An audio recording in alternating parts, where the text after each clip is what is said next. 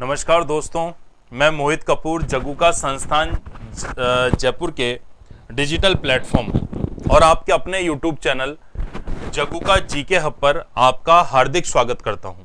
तो दोस्तों, हमारा टाइम हो गया है जो शाम के 4 बजे हम राजस्थान ज्योग्राफी का लेक्चर लेते हैं और राजस्थान ज्योग्राफी के लेक्चर में हम अलग अलग तरह से चीज़ों को समझने का प्रयास करते हैं। उसी क्रम में आपका एक टॉपिक चल रहा था जो स्टार्ट हुए हुए शायद 1 वीक से ज्यादा हो चुका है, पर जब ये टॉपिक शुरू हुआ था तब भी मैंने आपको कहा था कि दोस्तों ये टॉपिक एक बड़ा टॉपिक है और ये कई दिनों तक चल सकता है। हालांकि इसके जो सब टॉपिक्स हैं वो हमने अभी तक नहीं किए हैं, वो हम 1 बाय 1 करेंगे, क्योंकि फिर अगर इस टॉपिक में उन सब टॉपिक्स को ले लेते हैं तो फिर वो टॉपिक सारे के सारे आपके टाइम कंज्यूमिंग हो जाते हैं। तो टाइम कंज्यूमिंग टॉपिक्स को अलग से हम लेंगे 1 बाय 1, तो इसलिए आप टेंशन किसी भी चीज की ना लें। हमारा जो टॉपिक चल रहा था, जो लोग नए आए हैं या डायरेक्ट इस वीडियो को देख रहे हैं उनको बता दूं मैं पहले, यदि आपने राजस्थान की फिजिकल डिवीजन के प्रीवियस वीडियो नहीं देखे तो यूट्यूब चैनल पे जाके प्लेलिस्ट पे जाके उन वीडियो को प्रॉपर फॉर्मेट में आप देख सकते हैं। ठीक है, नोट्स भी आपको टेलीग्राम पर उपलब्ध हैं, वो नोट्स भी ले सकते हैं। बस 2 दिन और रुक जाइए, ऐप आने वाला है आपका, क्योंकि वो गूगल थोड़ा टाइम लगा रहा है क्योंकि कम स्टाफ की वजह से काम कर रहा है और वर्किंग लोड बहुत ज्यादा है, इसलिए जो काम पहले 2-3 दिन में होता था अब उस काम के लिए आपको 7 से 9 दिन लग जाते हैं। तो टेंशन मत लीजिए, बिल्कुल ऑलमोस्ट तैयार है आपका। ठीक है, अच्छा एक बात और मैं बोलना चाहूंगा आपको कि अब बात करते हैं टॉपिक की बाकी बातें फिर बाद में कर लेंगे, अगर कुछ टाइम बचा तो पहले टॉपिक पर आते हैं सीधे। हमारा टॉपिक था राजस्थान का भौतिक विभाजन, और राजस्थान के भौतिक विभाजन को हम 4 तरह के विभाजित भागों में पढ़ रहे थे, जिसमें से पहला आपका उत्तर पश्चिम मरुस्थल, दूसरा अरावली, ये तो मोस्ट इंपॉर्टेंट है, इनको साइड कर लो। तीसरा कल पढ़ा था हाड़ौती का पठार, जो लगभग ऑलमोस्ट कोटा संभाग और हाड़ौती की विशेषता जैसा ही था।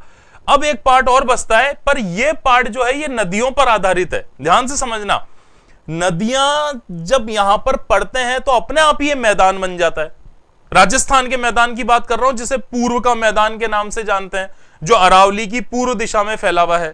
परंतु ध्यान से, अभी नदी वाला टॉपिक नहीं आया है, इसके बाद नदी वाला टॉपिक आएगा, तब आपको वो चीजें समझने में और ज्यादा चीजें सटीकता से समझ आ जाएगी। इसलिए आप ये टेंशन है, हमको तो नदियां पढ़ाई नहीं, क्योंकि भाई तभी नहीं पढ़ाई है क्योंकि शुरू नहीं हुई है। इसलिए आप ध्यान से इस वीडियो को देखते रहिए, कृपया फॉरवर्ड कर बीच बीच में ना करें, एक एक चीज समझने की कोशिश करें, क्योंकि आपका उद्देश्य केवल बोर्ड पे लिखा हुआ पढ़ना नहीं है। बोर्ड के साथ कई कंसेप्ट भी होते हैं, कई कॉन्सेप्ट ऐसे होते हैं जो बोर्ड पर लिखे नहीं जाते, वो समझाए जाते हैं। आपने अगर मेरी क्लास रेगुलरली देख रहे हो तो आपको पता चल रहा होगा कि वो कैसे कैसे कॉन्सेप्ट हैं जो परीक्षा में आपके लिए उपयोगी हो सकते हैं। तो आप केवल ये सोचे बस बोर्ड वाला स्क्रीनशॉट लूं, आगे बढ़ जाऊं, तो अगर पिक्चर देखोगे 3 घंटे की मूवी जैसे चलती है, गाने में छोड़ दिया, तब मजा नहीं आएगा। अगर सही से सीखना है तो फिर पूरा वीडियो देखना पड़ेगा। ठीक है, तो हम चलिए फटाफट आज का जो टॉपिक है वो एक बार हम शुरू कर देते हैं और उसके बाद हम आगे जो भी चीजें उसमें आएगी उसको सीखने की कोशिश करेंगे। तो आइए दोस्तों शुरू करते हैं आज का टॉपिक। जब हम शुरू करते हैं आज का, तो सबसे पहला वही हमारा भाग लेते हैं 4th वाला। कल हमने हाड़ौती के पठार पर एंड किया था। मैं इस टॉपिक के खत्म होते ही दोस्तों आपको क्वेश्चंस भी करवाऊंगा। ठीक है, तो देखिए सबसे पहले हम 4th नंबर पे जो पार्ट ले रहे हैं वो हम ले रहे हैं पूर्व का मैदान। पूर्व का मैदान के नाम से इसको जानते हैं। अब बात यह आती है कि मैदान के नाम से जान तो रहे, पर इसके अंतर्गत क्या क्या आएगा तो उन पर डिस्कस करेंगे। उससे पहले जो इसके की पॉइंट्स हैं वो देख लेते हैं, कौन कौन से जिले आएंगे वो भी बताऊंगा आपको। तो देखिए, राजस्थान के कुल क्षेत्रफल के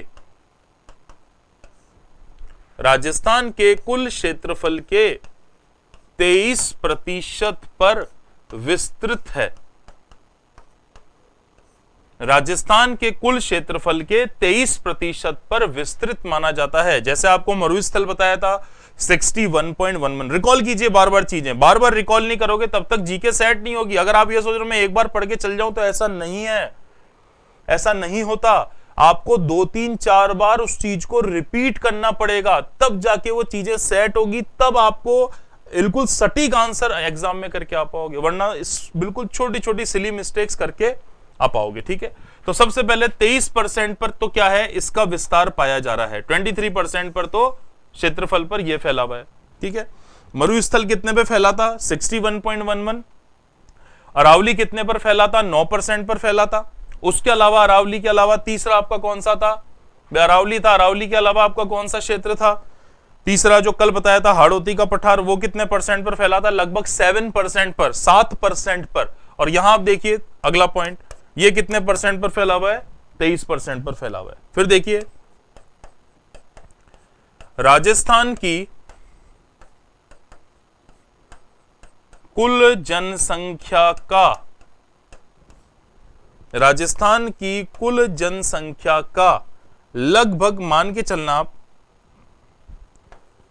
39% निवास करता है।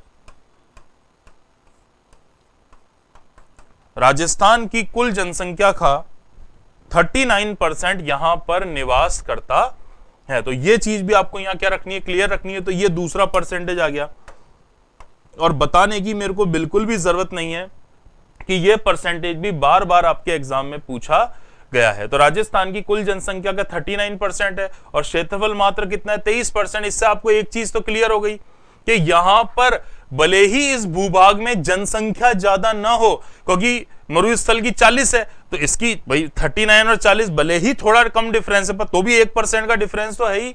तो भले ही जनसंख्या ज्यादा ना हो, परंतु जनसंख्या घनत्व यहां ही पे ज्यादा पाया जाएगा, क्योंकि वो फैला हुआ 61% पर और आबादी है 40%। यहां आबादी भले ही 39 है, बिल्कुल थोड़ी सी माइनर डिफरेंस है, पर ये देखो ये मात्र 23% पर ही क्या है, फैला हुआ है। ठीक है, तो अगर विशेषताओं की बात करेंगे तो यहां पर पाया जाता है इस क्षेत्र में सर्वाधिक जनसंख्या घनत्व, सबसे ज्यादा जो जनसंख्या घनत्व पाया जाता है, जनसंख्या घनत्व को हम क्या बोलते हैं, पॉपुलेशन डेंसिटी। हाँ, कई विद्यार्थियों की थी प्रॉब्लम के भाई टर्मिनोलॉजीज जो है वो हमको आप कृपया इंग्लिश में भी बता दो, तो वो इंग्लिश में बता दूंगा। जैसे ये पूर्व का मैदान है, तो इसको तो हम क्या बोल सकते हैं, ईस्टर्न प्लेन। इसको तो हम क्या बोल सकते हैं, ईस्टर्न प्लेन्स के नाम से जान सकते हैं। क्षेत्रफल का मतलब आपको पता ही है, क्षेत्रफल क्या होता है, एरिया। भाई हाँ, कई लोगों की प्रॉब्लम होती है, इसलिए मैं जो बेसिक टर्मिनोलॉजीज है वो मैं दोनों लैंग्वेज में बताता हुआ चलूंगा। जनसंख्या को आपको क्या बोलते हैं, पॉपुलेशन कहते हैं, पॉपुलेशन यहां लिखी दिया। और जनसंख्या घनत्व को हम क्या बोलते हैं, पॉपुलेशन डेंसिटी के नाम से जानते हैं। जो जनसंख्या घनत्व होता है वो आपका क्या होता है, पॉपुलेशन डेंसिटी। ये आपको यहीं से पता चल रहा है, तो ये रटोगे नहीं तब भी चल जाएगा। अब जनसंख्या घनत्व की बात करेंगे तो देखो सबसे ज्यादा जनसंख्या घनत्व वाला जिला कौन सा है, जयपुर। फिर उसके बाद कौन सा है, भरतपुर। फिर उसके बाद तीसरा कौन सा है, दौसा। मतलब राजस्थान में ये, और ये तीनों जो मैंने आपके सामने लिखे हैं, ये तीनों के तीनों जो डिस्ट्रिक्ट लिखे हैं, ये किसके अकॉर्डिंग है, 2011 की जनगणना। अभी नई वाली तो आई नहीं है, तो नई वाली जब तक नहीं आएगी तभी वैलिड होगा। ये मैं आपको संभाग पढ़ाए थे तब भी मैंने आपको बताया था, जब मैंने आपको जिले पढ़ाए थे तब भी आपको बताया था, और वही चीज यहां पर वापस आ रही है। तो आपसे पूछा जाता है कि राजस्थान के जितने भौतिक प्रदेश हैं उसमें से सबसे ज्यादा घनत्व कहां पर पाया जाता है, तो सबसे ज्यादा घनत्व आपको कहां मिलेगा, पूर्व के मैदान पर मिलेगा निश्चित रूप से। तो जनसंख्या घनत्व राजस्थान में सबसे ज्यादा किसका है, जयपुर का है। उसके बाद किसका है, भरतपुर का है। और उसके बाद किसका है, दौसा का। जैसे जयपुर का आता है आपका कितना हो गया, 595 व्यक्ति प्रति वर्ग किलोमीटर। भरतपुर का आता है 503 व्यक्ति प्रति वर्ग किलोमीटर।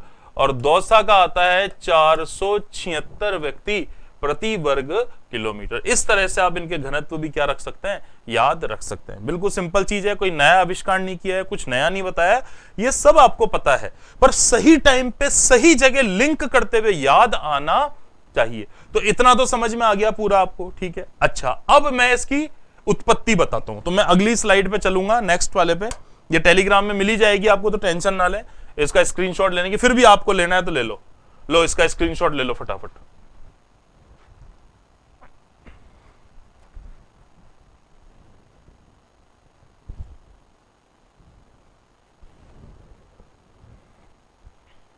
ठीक है, उम्मीद है ले लिया होगा, आप सभी एक्टिव हैं एकदम, तो ले लिया होगा स्क्रीनशॉट। ठीक है, टाइम भी आपको पता है डेली का वही समय रहता है। आगे चलते हैं।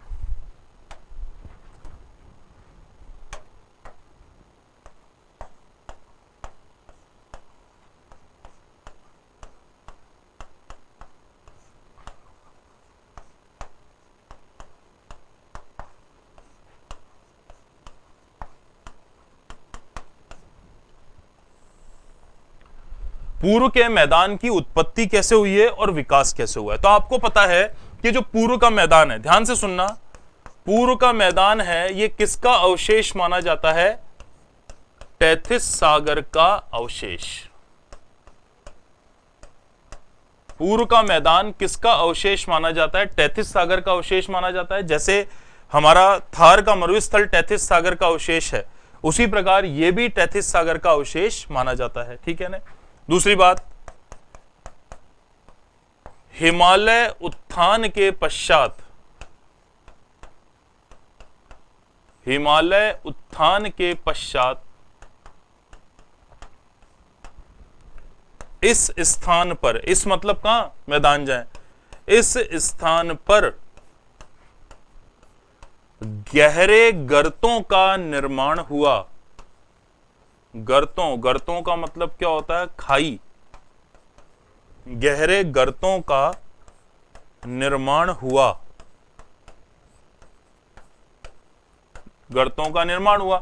जैसे वहां अभी मैंने जब आपको आज भारत वाले लेक्चर में पढ़ा है, भारत का मैदान, वो स्थिति यहां पर थी, वहां भी गहरी खाई बन गई थी। हिमालय ऊपर उठा तो खाई बन गई, यहां पर भी खाई बन गई। ठीक है, उसके बाद देखिए सेम कॉन्सेप्ट है, सेम, रटना नहीं है, इतना इजी है। मेरे को तो मतलब ये समझ नहीं आता कि इससे इजी जीके से जो हिस्ट्री हो गई, ज्योग्राफी हो गई, पॉलिटिकल साइंस हो गई, इकोनॉमिक्स हो गई, करंट, इससे इजी चीज तो मैंने दुनिया में नहीं देखी आज तक। और उसमें सबसे इजी है ज्योग्राफी है आपकी, बिल्कुल सी। ठीक है, सिर्फ कॉन्सेप्ट एक बार क्लियर हो गए फिर आपको कोई भी नहीं हटा सकता, कोई भी नहीं रोक सकता। कॉन्सेप्ट चाहिए क्लियर, और आपके तो बिल्कुल कम है, आपके तो नॉर्मल पेपर आता है।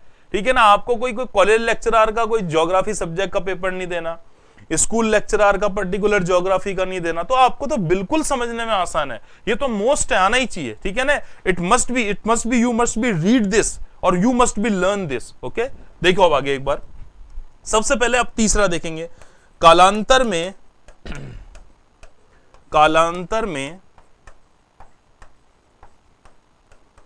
विभिन्न नदियों द्वारा, कालांतर में विभिन्न नदियों द्वारा लाई गई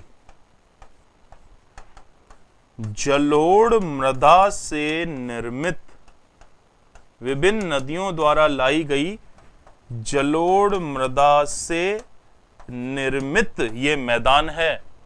जैसे भारत में लाई माना जाता है, हाँ अच्छा, कुछ एक भूगोलवेता ऐसा मानते हैं कि गंगा यमुना नदी भी उस समय लाखों वर्ष पहले राजस्थान के भूभाग से गुजरती थी, और इस मैदान को बनाने में हमारी जो राजस्थान की लोकल नदियां हैं वो तो है ही, उसके अलावा गंगा और यमुना का भी योगदान माना जाता है। तो कुछ भूगोलवेता इस तथ्य को स्वीकार करते हैं। ठीक है, तो ये एक तो ध्यान रखना है कि जब हिमालय बना तो अनेक नदियां आई, राजस्थान में भी अरावली से अनेक नदियां आती है, वर्षा ऋतु में आती है, वैसे भी आती है। ये सभी नदियां अपने साथ मिट्टी को भाकर लाई। तो नदियां पर्वतों से जिस मिट्टी को लाती है वो मिट्टी जल को ओढ़कर आती है, जल के साथ आती है, इसलिए उस मिट्टी को क्या कहते हैं? जलोढ़ मृदा या जलोढ़ मिट्टी के नाम से जानते हैं। क्या कहते हैं उस मिट्टी को? जलोढ़ मृदा या जलोढ़ मिट्टी के नाम से जानते हैं। और इसी मिट्टी धीमे धीमे ये खड्डे में भरती गई, ये गहरे गर्त में ये मिट्टी भरती गई और भर के इसे पूरा भर दिया, और आज आपको राजस्थान में पूर्व के मैदान के नाम से दिखाई देता है। ठीक है, तो एक तो ये ध्यान रखना है। दूसरा, इसमें अत्यधिक उपजाऊ प्रदेश क्या माना जाता है? अत्यधिक उपजाऊ प्रदेश, रबी की अधिकता। ये मैं लाइन यहां लिख देता हूं, अत्यधिक उपजाऊ प्रदेश है। कैसा प्रदेश माना जाता है? अत्यधिक उपजाऊ प्रदेश माना जाता है, और अत्यधिक उपजाऊ प्रदेश में भी रबी की फसल की यहां पर अधिकता पाई जाती है। रबी की फसल आप सबको पता है, ठीक है ना। तो रबी की फसल में गेहूं हो गया, जौ हो गया, चना हो गया, राई हो गया, सरसों हो गया, बहुत सारी चीजें। जब कृषि बताऊंगा तब आ जाएगा, तो यहां बिल्कुल भी दिमाग पे लोड डालने की जरूरत नहीं, वरना हैंग हो जाएगा, ठीक है। देखो, अत्यधिक उपजाऊ प्रदेश है, रबी की फसलों की क्या पाई जाती है, अधिकता पाई जाती है। जो रबी की फसल है उनकी यहां पर क्या पाई जाएगी, अधिकता पाई जाएगी, ठीक है। इसके अलावा अगर एक बात यहां पर और करेंगे, इसे कहते हैं राजस्थान का अन्न भंडार, अन्न भंडार, ठीक है।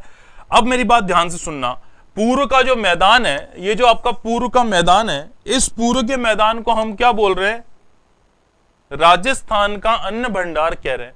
पर यदि आपसे अन्न भंडार के रूप में जिला पूछा जाए, तब आपका जिला हो जाता है श्री गंगानगर। कौन सा हो जाता है, श्री गंगानगर हो जाता है। तो डिपेंड करता है कि क्वेश्चन किस तरह का आपसे पूछा गया है, ठीक है। चाहो तो इसका स्क्रीनशॉट भी ले लो एक बार, फिर मैं इसको समझा देता हूं अच्छे से आपको।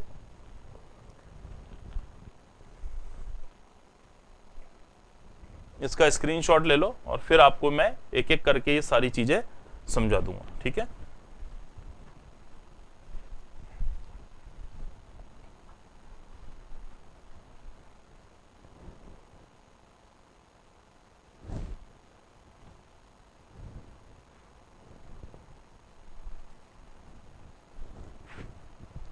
ठीक है, कर लिया आपने। देखो अब समझना इसको, तैतीस सागर का अवशेष माना जाता है। मैं फिर रिपीट कर देता हूं, ध्यान से सुनना। पूर्व का जो मैदान है, ये 33 सागर का क्या है, अवशेष है। ये तो बिल्कुल की पॉइंट के रूप में आपको याद रखना है, इसका कोई अल्टरनेट नहीं है। तो आप ध्यान रखना, आपको लिए ये पूरी तरह से की पॉइंट हो गया, ठीक है। दूसरा, हिमालय उत्थान के पश्चात यहां पर गहरे गर्त बन गए थे, गहरी खाइयां बन गई थी।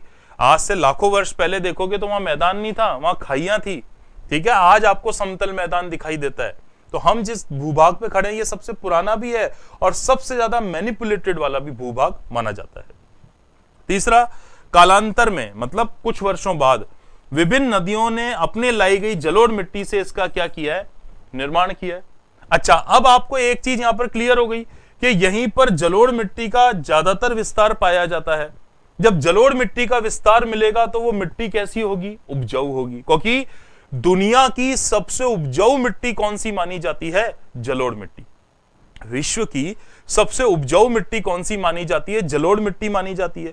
तो इसलिए उपजाऊ क्षेत्र है। और मेनली जो फसल हो गई, क्योंकि खरीफ की फसल तो आपके मोटे अनाज भी आ जाएंगे और कम बारिश में भी पश्चिमी राजस्थान में हो जाएगी। रबी की फसल को पानी, वर्षा सब प्रॉपर चाहिए, तापमान भी प्रॉपर चाहिए, आर्द्रता भी प्रॉपर चाहिए। तो रबी की फसलों की अधिकता है।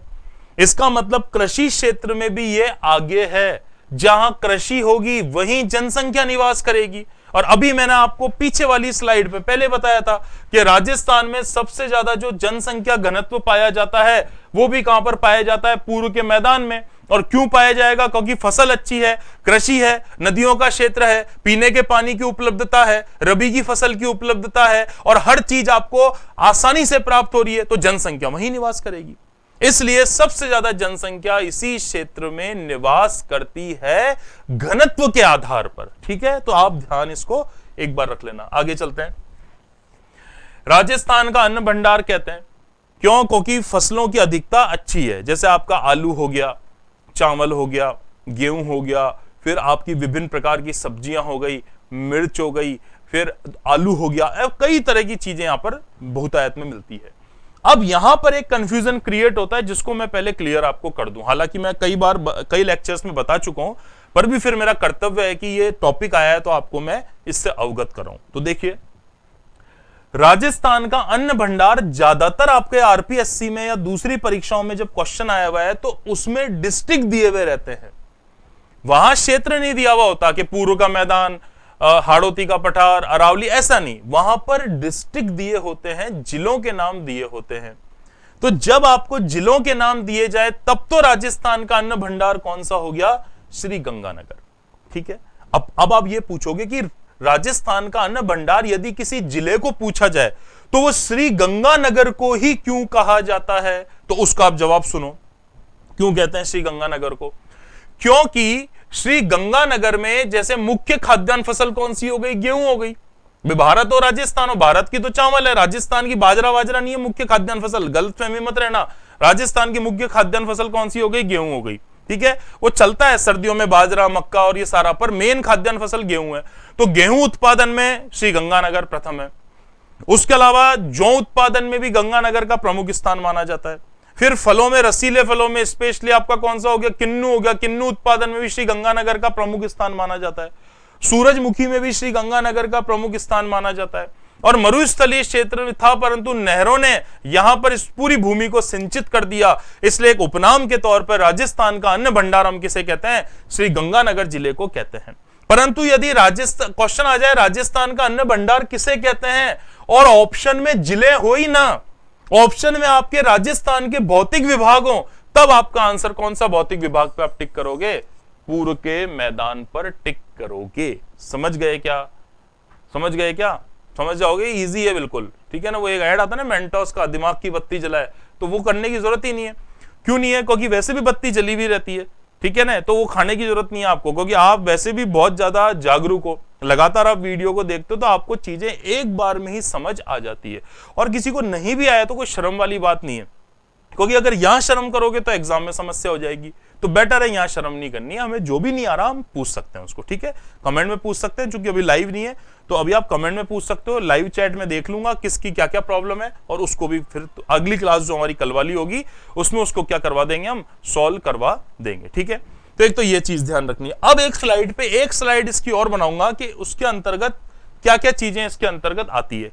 ये पूर्व के मैदान का निर्माण मुख्य रूप से कौन कौन सी नदियों से हुआ है, तो इसके पार्ट्स कौन कौन से हैं, ठीक है। तो मैं लिख देता हूं यहां पर, देखो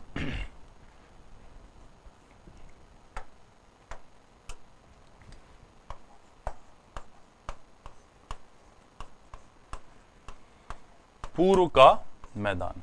अब इसमें कई मैदान आते हैं, वो नदियों के साथ समझाऊंगा, पर एक बार आपको कम से कम एटलीस्ट इनके जो नाम हैं वो पता चल जाने चाहिए। तो देखिए इसमें कौन कौन से आएंगे। एक तो आएगा इसमें माही का मैदान। कौन सा आएगा? माही का मैदान, यानी इसको हम सिंपल कह सकते हैं दक्षिणी राजस्थान। अभी मैं डिस्ट्रिक्ट भी नोट करवाऊंगा, माही का मैदान दक्षिणी राजस्थान, ठीक है। फिर इसमें एक आएगा आपका बाणगंगा का मैदान। बाणगंगा का मैदान, तो जयपुर दौसा वाला क्षेत्र आ गया। इसमें अगर बाणगंगा वाला क्षेत्र देखेंगे तो जयपुर हो गया और दौसा हो गया, ठीक है, पूरा पूरा क्षेत्र हो गया, ठीक।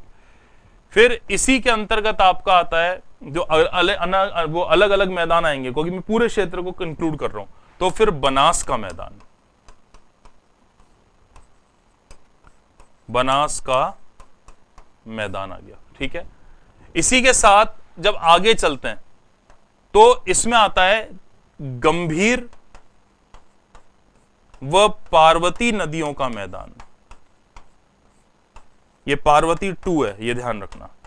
जो एक पार्वती नदी है जो मध्य प्रदेश से 12 जिले में एंटर करती है, वो मुख्य पार्वती नदी है। ये दूसरी पार्वती नदी है, राजस्थान से उद्गम होता है करौली के पास से, इसलिए इसका नाम क्या लिख दिया? पार्वती 2 लिख दिया, ठीक है। ये बनास का मैदान हो गया।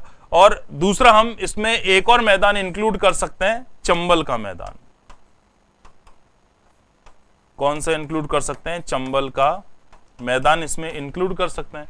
और बनास का मैदान है, इसको हम एक तरह से ये भी लिख सकते हैं मालपुरा टोंक का मैदान। मालपुरा टोंक का मैदान भी कह सकते हैं।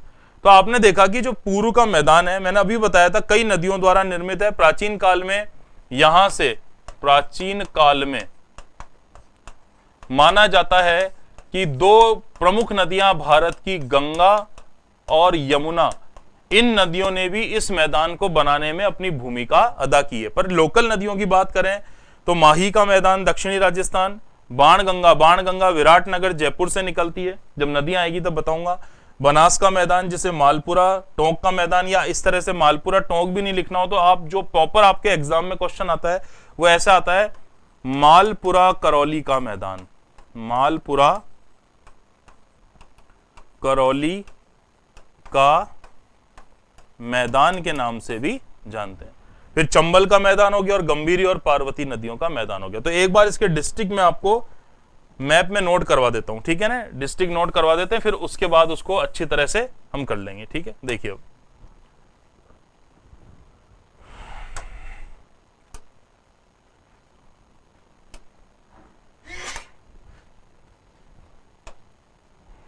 देखो यहां पर इस तरह से राजस्थान को देखेंगे तो मैप दिख ही रहा है आपको सबको। तो एक बार इसमें मैं डिस्ट्रिक्ट नोट करा देता हूं। देखो दक्षिणी राजस्थान में जब माही के मैदान की तरफ आएंगे, माही के मैदान की तरफ आते हैं तो ये देखो ये तीनों डिस्ट्रिक्ट कवर होते हैं। तो यहां कौन सी नदी हो गई, माही हो गई, डूंगरपुर हो गया, बांसवाड़ा हो गया, प्रतापगढ़ हो गया। तो एक तरह से माही नदी तो वैसे बांसवाड़ा प्रतापगढ़ में बहती है, पर मेरा कहने का उद्देश्य है कि पूरा का पूरा जो दक्षिणी राजस्थान है ये पूरा कौन सा हो गया, माही का मैदान हो गया। इसी तरह देखो ये यहां से बूंदी, सवाई माधोपुर, ये कोटा, ये लगता हुआ कौन सा मैदान हो गया, ये चंबल का मैदान हो गया। किसका मैदान हो गया, चंबल का मैदान हो गया। इसी तरह से राजसमंद, भीलवाड़ा, ये अजमेर और ये सारा इसके आसपास वाला जो ट्रौक्या क्षेत्र है ये किसका मैदान हो गया, ये बनास नदी का मैदान हो गया। जयपुर, दौसा, अलवर के आसपास का जो पूरा क्षेत्र हो गया ये किसका मैदान हो गया, बाणगंगा नदी का मैदान हो गया, ठीक है। और जब यहां पर जाएंगे धौलपुर, करौली और पूर्वी राजस्थान में तो ये गंभीर, और गंभीर के साथ आपके कौन सी हो गई, पार्वती 2 का मैदान, पार्वती 2 का मैदान। तो इस तरह से ये जो डिस्ट्रिक्ट आपको सारे के सारे दिखाई दे रहे हैं, इसमें आप हाड़ौती को नहीं गिनोगे, हाड़ौती को छोड़ दोगे, वो तो चंबल नदी गुजरती है इसलिए मैंने यह बताया। बाकी जो पूरा का पूरा क्षेत्र है ये पूर्व का मैदान माना जाता है। जैसे मैं एक डायग्राम से भी इसको बता देता हूं आपको, तो समझना। देखो इसको इस तरह से समझेंगे, ये जैसे राजस्थान को मैप मान लिया, ठीक है, ये इस तरह से ये अरावली पर्वतमाला हो गई। अब यहां एक एक चीजें थोड़ा ध्यान से समझना आप, ठीक है। देखो सबसे पहले यहां से कौन सी नदी निकल रही है, बाणगंगा। तो ये देखो बाणगंगा नदी निकल कर जा रही है, तो ये किसका मैदान हो गया, बाणगंगा का मैदान हो गया, ठीक है। फिर यहां से खमनौर, राजसमंद से इस तरह से निकलकर ये कौन सी नदी जा रही है, बनास, तो ये बनास का मैदान हो गया, ठीक है। फिर यहां से चित्तौड़ से होते हुए कौन सी नदी आ रही है, चंबल, तो ये बनास किस में मिल गई, चंबल में, तो ये चंबल वाला मैदान हो गया, ठीक है। अच्छा उसके बाद हम आगे देखेंगे तो एक नदी यहां से आ रही है कौन सी, माही। ये माही नदी इधर से बांसवाड़ा, प्रतापगढ़ होते हुए कहां निकल गई, ये गुजरात निकल गई, ठीक है। तो ये किसका मैदान हो गया, ये माही का मैदान हो गया।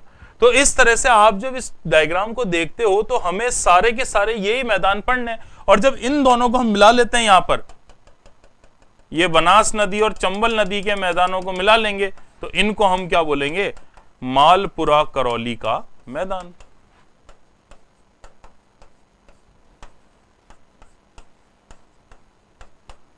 मालपुरा करौली का मैदान। तो देखो पूरा क्षेत्र जो आपका है ये पूरा पूर्व का मैदान है। तो ये सारे के सारे हमको जब नदियां पढ़ेंगे या जब हम कृषि पढ़ेंगे तो वहां ये सारी चीजें अपने आप ऑटोमेटिकली क्या हो जाती है, कवर हो जाती है, ठीक है। तो दोस्तों इसको देखते रहिए, ये भौतिक विभाजन वाला पोर्शन आपका हो चुका है। मैं जल्दी ही आपको इसके क्वेश्चंस भी कराऊंगा, और अगर कुछ प्रॉब्लम है, अगर आपको कुछ समझ में नहीं आ रहा है तो कमेंट करिए, मैं उसका या तो हाथों हाथ छोटा क्वेश्चन हुआ तो कमेंट में आंसर दे दूंगा, यदि क्वेश्चन बड़ा हुआ और कॉन्सेप्ट समझाने लायक हुआ तो नेक्स्ट क्लास में मैं उसको सबसे पहले एक्सप्लेन करूंगा, फिर आपकी नेक्स्ट क्लास शुरू करूंगा, ठीक है। तो इस वीडियो को देखने के लिए आप सभी का बहुत बहुत धन्यवाद।